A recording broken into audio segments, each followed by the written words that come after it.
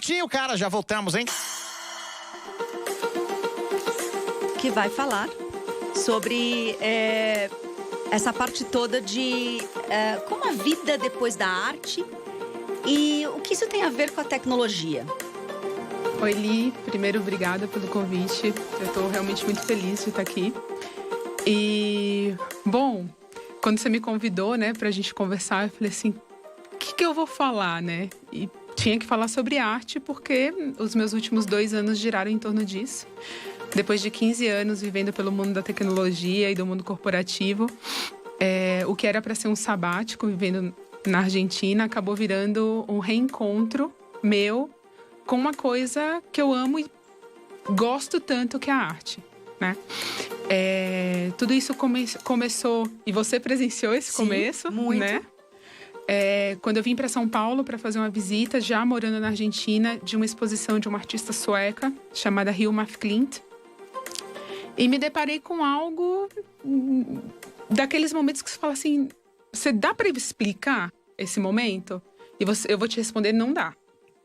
A única coisa que eu posso te dizer é que eu entendi que, vendo aquela exposição, eu teria que convidar a arte para ocupar um papel na minha vida, não mais de um papel do lugar que eu me alimento, do lugar que eu descanso, mas como algo que faz parte do meu dia a dia consciente. Ok, e de alguma forma, um outro termo, uma outra elucidação veio para sua vida, que também teve uma longa carreira na tecnologia, que é como essas duas coisas se conversam, né?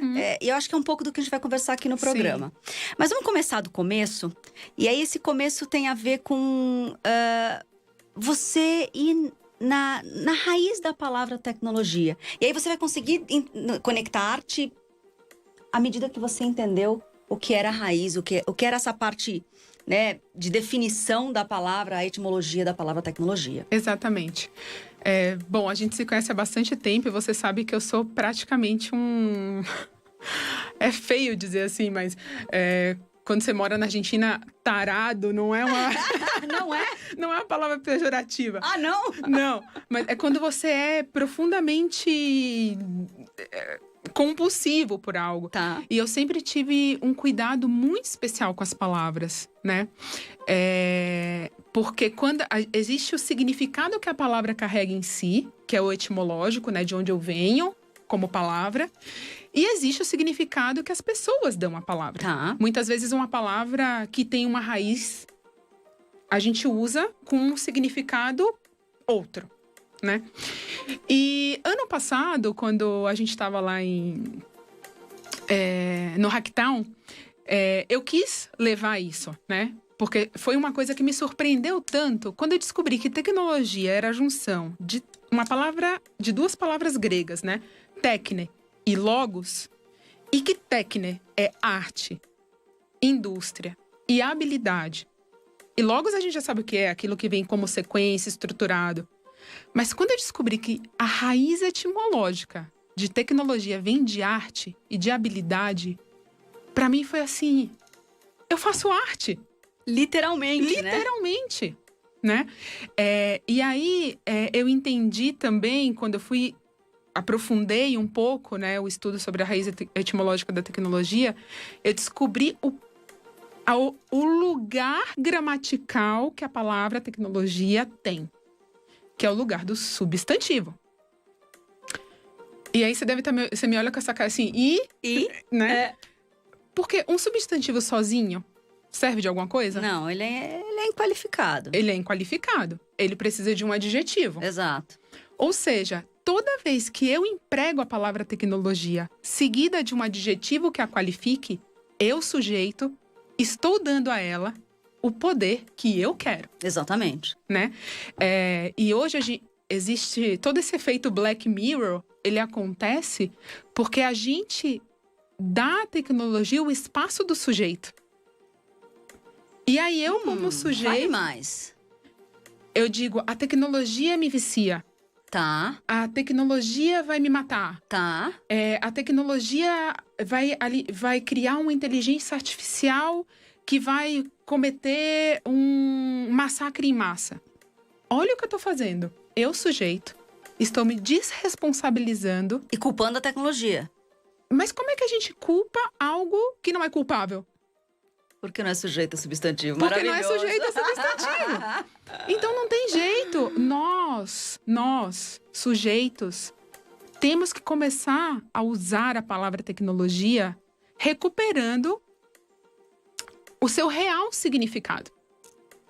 Entende? E não mais nos deixando desempoderar. A gente tem que voltar a se responsabilizar como ser humano. Dizer, opa, eu tô criando isso. E aí, se eu crio uma tecnologia ruim, algo nisso aí tá me dizendo. Sim. Né? Existe o componente que tá qualificando essa tecnologia é posto por mim. Sujeito. Sou eu através, né? Sou eu através. E uma conversa que a gente sempre tem, né? A gente vem do mundo da tecnologia. E lá a tecnologia, o que eu entendia de tecnologia era a tecnologia como meio e fim. Só que se a gente olha a raiz etimológica da palavra tecnologia, a gente vê que ela é o começo. Ela é o jeito como eu, artisticamente, habilidosamente, através de uma indústria, coloco algo em marcha com uma qualidade. Por isso que a gente deveria falar de tecnologia arquitetônica, tecnologia médica, tecnologia de memória. E é maravilhoso, porque eu sempre gostei de acreditar, até por estudos que eu fiz em diversas áreas, de que a tecnologia é um meio de manifestar os nossos pensamentos. Então, é através da tecnologia que a gente manifesta. Eu quis andar mais rápido, sei lá, inventei o carro com rodas. E desde essas invenções mais, né, duras e grandes, hoje em dia, o que quer que a gente pense, a gente tem tanta tecnologia infraestrutural já do lado de cá desenvolvida, que eu penso e logo manifesto, entendeu? Então, hoje, desde uma startup, ela tem um tempo de nascimento muito rápido, uma tecnologia, ela tem um tempo de nascimento muito mais rápido do que tinha, de repente, há 300 anos atrás, que a maioria das coisas não estavam nem descobertas.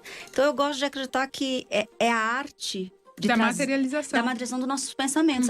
O progresso humano começa no pensar, na capacidade que a gente tem de pensar.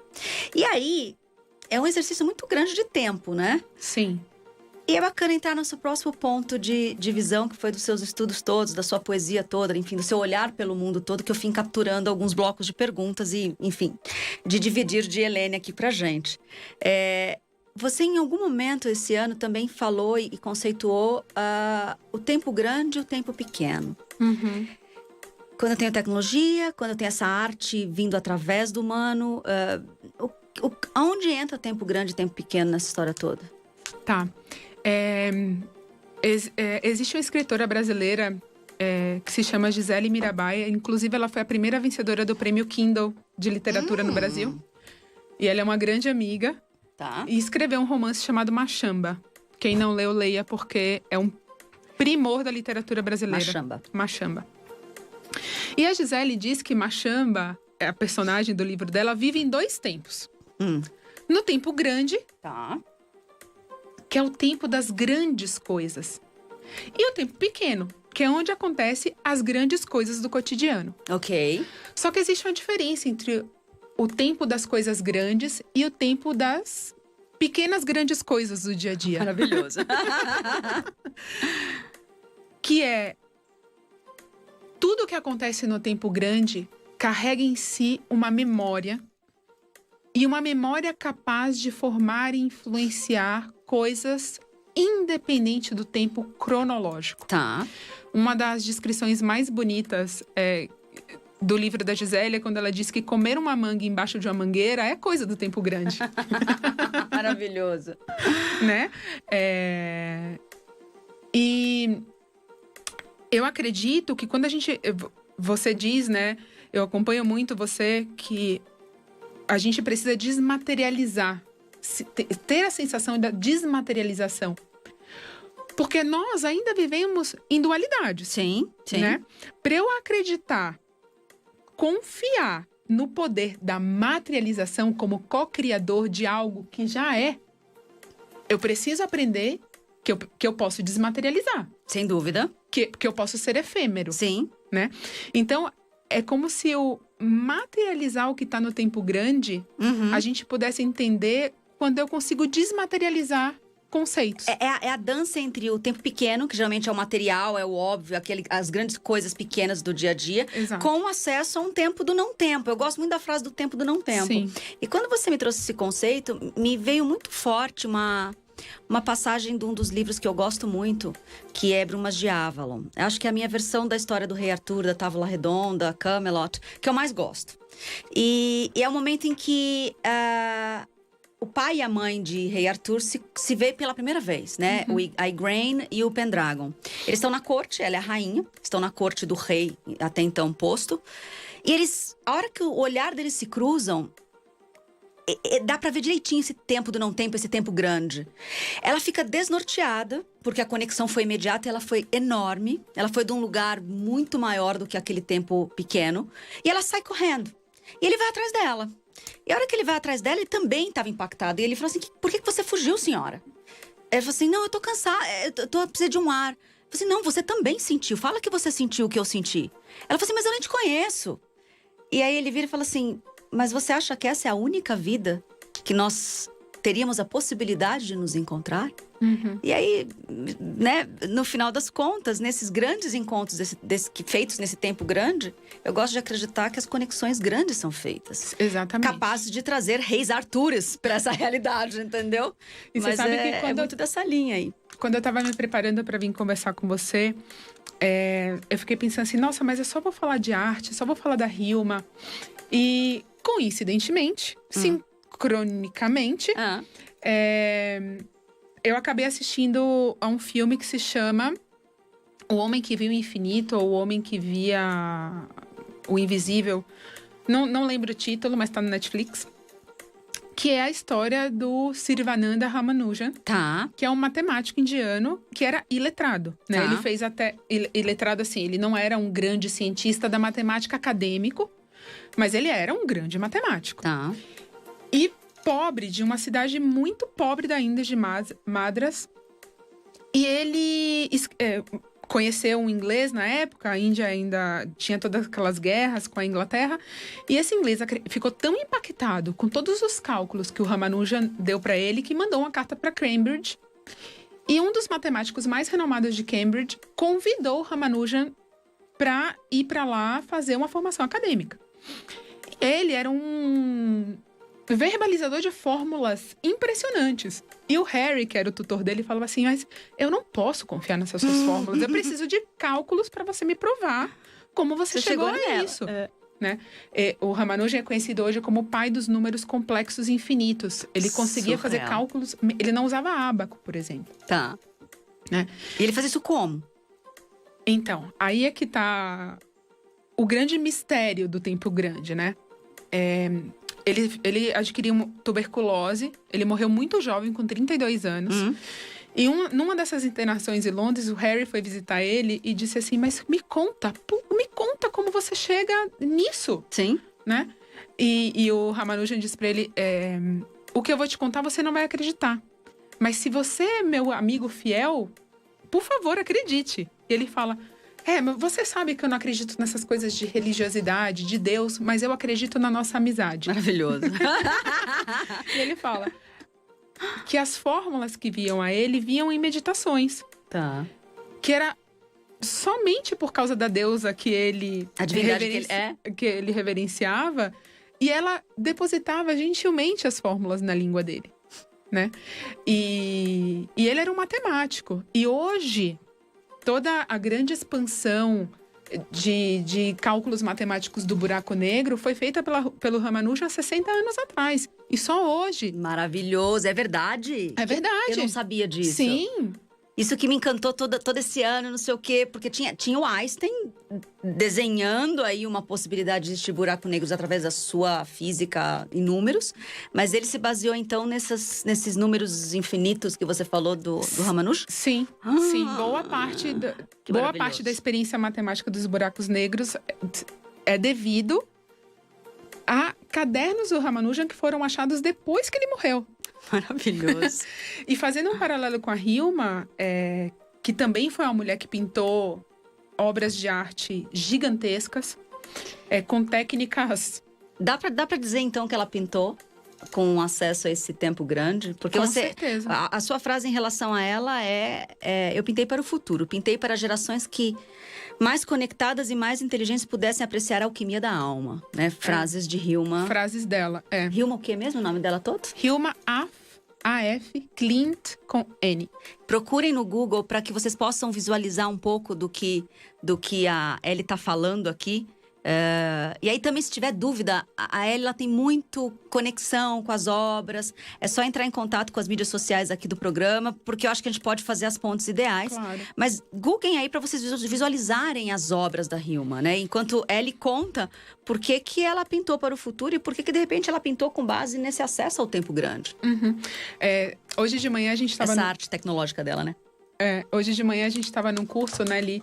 E a gente ouviu um dos mestres de uma grande amiga nossa dizendo que dentro de nós somos suculentos e sensuais. Né? Maravilhosa. Essa frase foi linda. E a Hilma, ela conseguia entrar num estado de alquimia humana que visualizava essa suculência e essa sensualidade da nossa alma, do nosso espírito.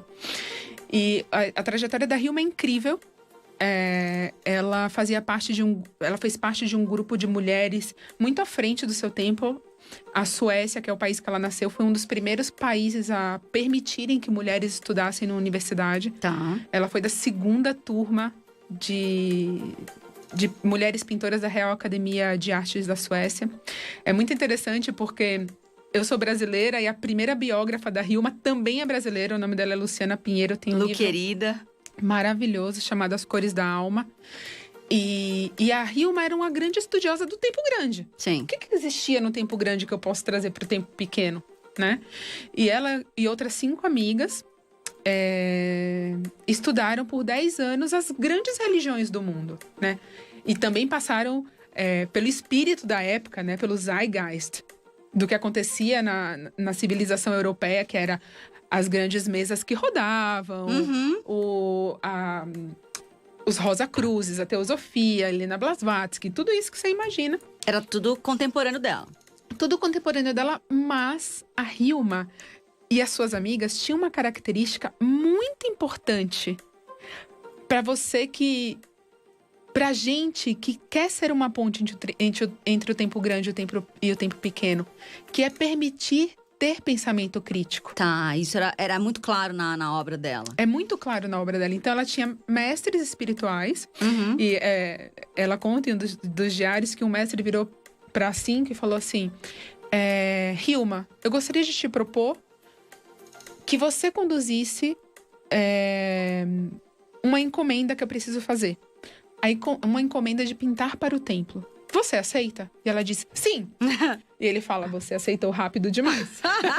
Você me contou que esse templo foi feito de quantas obras? 193. Quantos anos? 10 anos. Entendeu? A gente tem que tomar cuidado, porque o tempo do não tempo, ou o tempo grande, não obedece à lógica do tempo pequeno, né? De Cronos, exatamente. E quando a Hilma começou a pintar Só para vocês terem uma ideia, a Hilma tinha 1,50 m, né? Uma das séries mais conhecidas da Hilma é uma série que se chama The 10 Largest, que são as 10 maiores, que tem quase 4 metros por 2 e pouco. E a Hilma, naquela época, em 1907, não existia canvas, que são as telas que a gente pinta desse tamanho disponíveis. Murais, né? Só para igrejas ou para famílias muito abastadas, que não era o caso da Hilma. Então, ela pintou tudo isso, muitas vezes, em papel, que depois era colado sobre uma tela. Ela fazia as próprias pinturas, os próprios pigmentos. E quando a gente observa, se você não googou ainda, google agora, Hilma, porque você vai ver que são pinturas quase códigos. Elas são perfeitas para ser feitas em realidades imersivas de VR, entendeu? Enfim, que você possa ver. É muito impressionante. Ela estava na Pinacoteca. Aqui a gente teve a honra de receber essa exposição. E eu acho, assim, Ellie, desse lugarzinho, a gente pode dizer que Hilma é um fenômeno que a gente não explica. Porque depois as pinturas ficaram escondidas pensa que ela fez isso lá em 1910, 14, né? Assim, 2 guerras, Suécia, inverno. A primeira vez que expuseram isso foi agora. 1986. Los Angeles. Então, assim, como foi essa história de ficar guardado no tempo pequeno, uma coisa do tempo grande, tanto tempo? Eu só quero falar uma coisa antes para vocês, para compartilhar com vocês essa coisa do tempo grande, do tempo pequeno, né? A Hilma começou a executar a encomenda para o templo em 1905. Só que 2 anos anteriores ela fazia exercícios guiados por esses mestres. E em 1908 surgia um movimento dentro da teosofia vindo pelo filósofo austríaco Rudolf Steiner. E ele foi a Estocolmo e Hilma foi encontrá-lo. E quando ela escutou o Steiner falando, ela falou: uau, esse cara entende do que eu tô falando. Sim. E perguntou para os mestres dela, porque ela estava escondido, tá? Ela trabalhava como pintora, paisagista, retratista de manhã e cumpria a encomenda à noite. E o Steiner foi visitar o ateliê dela, a pedido dela. E aí ele viu tudo aquilo. Muitos dos conceitos que ainda estavam sendo formados de antroposofia foram aterrizados nesse encontro. Tá. Foi um encontro de grandes 2 personagens da história. Daqueles que essa não é a primeira vez que nós nos encontramos, né? Exatamente. E o Steiner fez uma pergunta para Hilma que eu acho que a gente tem que começar a se fazer. Tá. Que é: onde está você em tudo isso que você pintou? Maravilhoso, maravilhoso. Né? Quando eu, Lígia Zottini, estou falando, eu crio imagens com a minha fala. E onde eu estou no momento de criação dessas imagens? Né? Perfeito, perfeito. Com que presença, com que apreciação, com que oferta, né? Como a gente aprendeu hoje, com que sorriso. O que do meu ser? Onde está o meu ser? E depois que o Steiner fez essa pergunta para a Hilma ficou 4 anos sem pintar. Uau. Mas não...